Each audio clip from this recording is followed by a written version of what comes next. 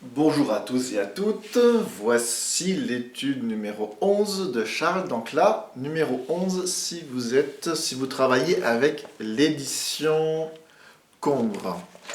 Car il y a plusieurs éditions et quelquefois ces études ne sont pas ordonnées de la même façon. Cette étude 11, elle est très très jolie. C'est vraiment un petit morceau, un petit bijou. Et là, Charles Dancla vous fait travailler des notes dans une tonalité qu'on rencontre souvent au violon, qui est sol mineur. Et nous avons là 2 bémols.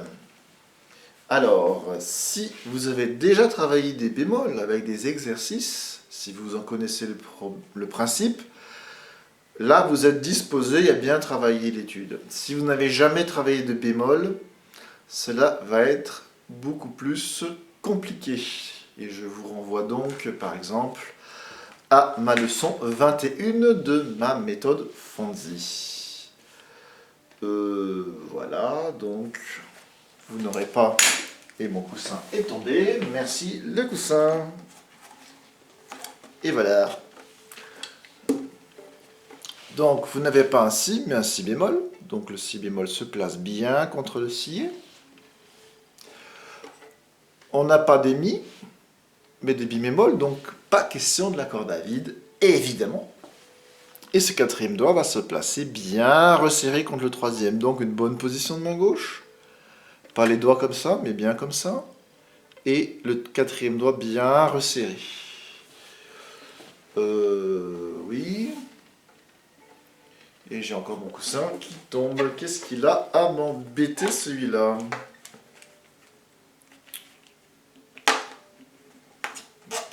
Voilà. Très important le coussin. Enfin moi j'en suis partisan, titre personnel. Eh bien c'est parti pour l'étude numéro 11 de Charles Dancla.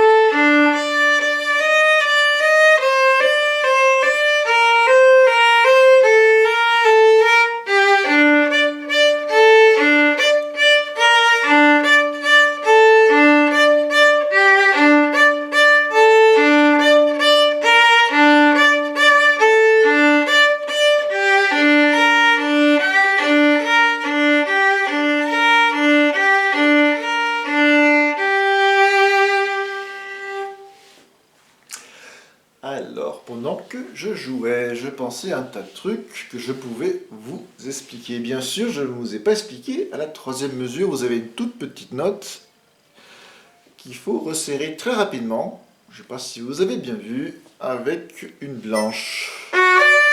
C'est une liaison. Il faut un petit peu casser le poignet. Tac, tac. Il y a aussi un petit crochet quand il s'agit d'une quinte bloquée, c'est-à-dire le même doigt qui bascule. Donc, vous pouvez le faire basculer. Donc, cette petite note est très courte. Voilà, ça c'est pour les petites notes. L'autre chose à laquelle je pensais, après la double barre, à la mesure 14, vous pouvez partir avec le premier, le 2 et les 3 posés. Ça, c'est pas mal. Par contre, après, vous devez mettre le quatrième tout seul. C'est très important pour le mécanisme de la main, pas tous les doigts. 1, 4. Vous maintenez par contre le premier doigt posé. Après seulement, vous glissez le troisième doigt juste dessous le 4. Et après, vous posez le deuxième doigt, un ton entre le troisième et le deuxième, donc le deuxième doit se replier.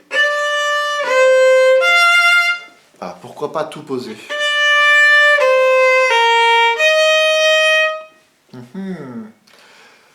Vous risquez de tout poser n'importe comment.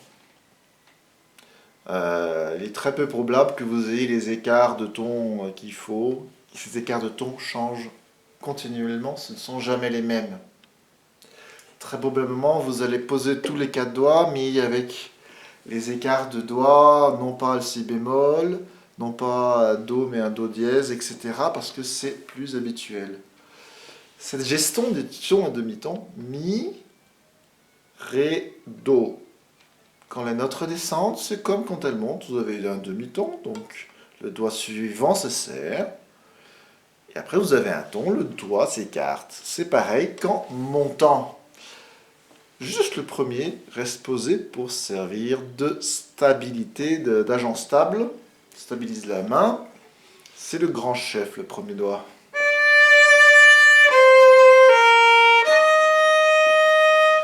Vous serez plus rapide également, et plus précis donc, mais plus précis mais également plus rapide.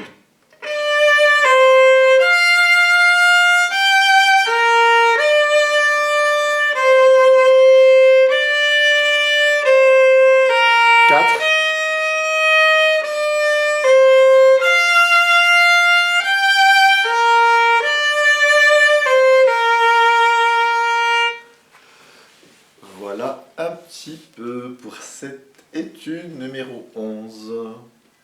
Je vous souhaite de bien la travailler car elle est très profitable en plus d'être très jolie. A bientôt pour une autre étude de Charles Dancla.